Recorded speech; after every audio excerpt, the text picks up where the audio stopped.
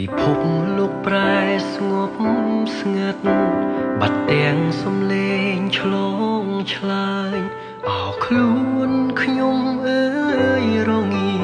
ឯកាតើលើលោកនេះអ្នកណាកំណត់ជួបឬប្រត់តើអ្នកណាសូមកំណត់វាសនាចាឲ្យជួបនាងផង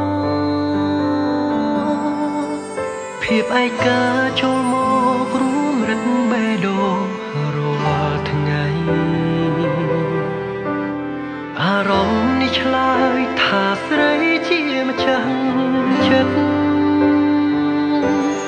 ប្រយោគស្នេហ៍ច្រៀងខ្មែរដួងច័ន្ទភ្លឺថ្លា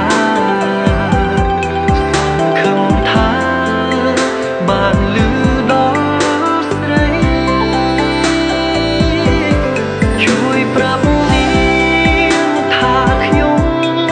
ក៏ថ្ងៃដួងច័ន្ទសាងស្រី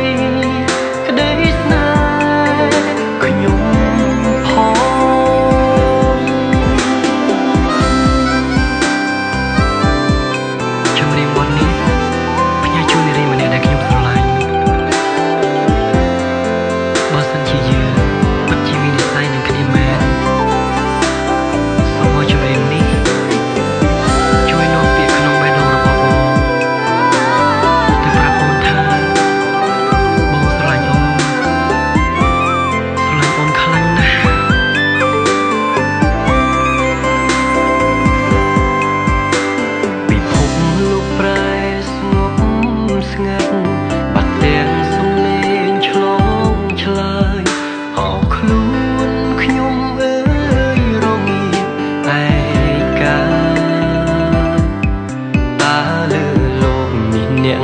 ណាកំណត់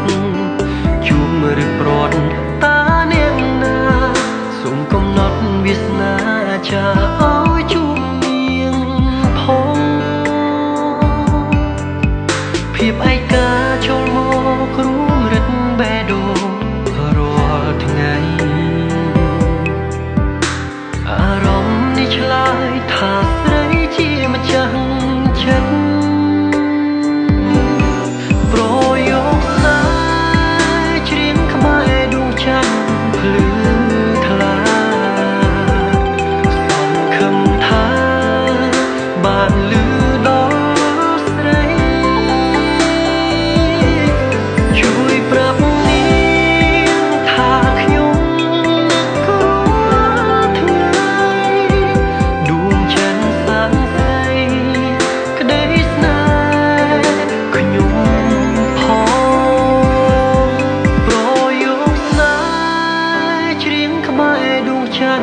ភ្លឺ